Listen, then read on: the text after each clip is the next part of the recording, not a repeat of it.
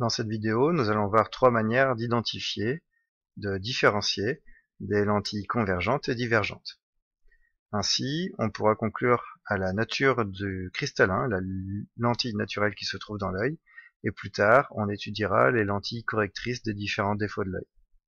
Première méthode, cela consiste à comparer leurs formes. Dans cette vidéo, la lentille convergente se trouve à gauche, la lentille divergente se trouve à droite. Quand on regarde les deux lentilles de profil, on peut s'apercevoir qu'elles n'ont pas la même forme.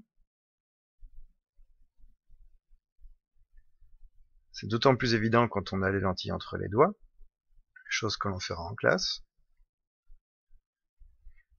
On constate que la lentille convergente à gauche est épaisse au centre, alors qu'au bord elle est fine.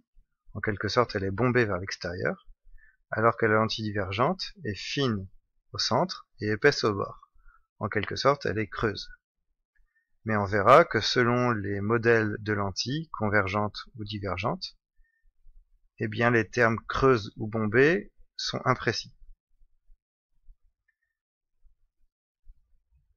Pour distinguer les lentilles convergentes et les lentilles divergentes par leur forme, on retiendra qu'une lentille convergente est épaisse au centre et fine au bord, alors qu'une lentille divergente est fine au centre et épaisse au bord. Si l'on prend des lentilles, que l'on les coupe selon leur diamètre, et qu'on observe ces lentilles de profil, on peut distinguer ces différentes formes. Et par exemple, dans le dernier cas ici, la lentille convergente est creuse d'un côté et bombée de l'autre. Donc ici, les termes creuse et bombée ne permettent pas de conclure qu'elle est convergente ou divergente. Idem pour les lentilles divergentes, elles ont tout en commun d'être fines au centre et épaisses au bord. Et par exemple, dans ce dernier cas, la lentille est creusée d'un côté et bombée de l'autre, mais c'est insuffisant pour justifier qu'elle est divergente. Deuxième méthode, cette fois-ci, on peut observer un texte à travers les lentilles.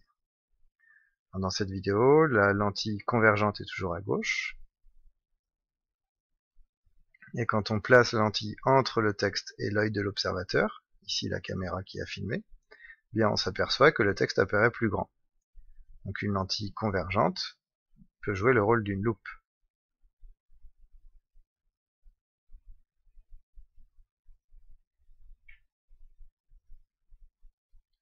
Quand on place maintenant la lentille divergente entre l'objet, le texte par exemple, et l'œil, on s'aperçoit que le texte apparaît plus petit.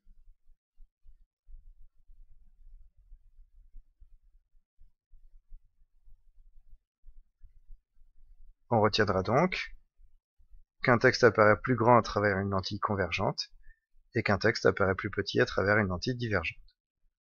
Enfin, troisième méthode, on peut essayer de projeter l'image d'un objet sur un écran. Pour cela, l'objet doit être lumineux. Ici, il est constitué d'une lampe devant laquelle est placée une diapositive creuse où la lettre F est dessinée.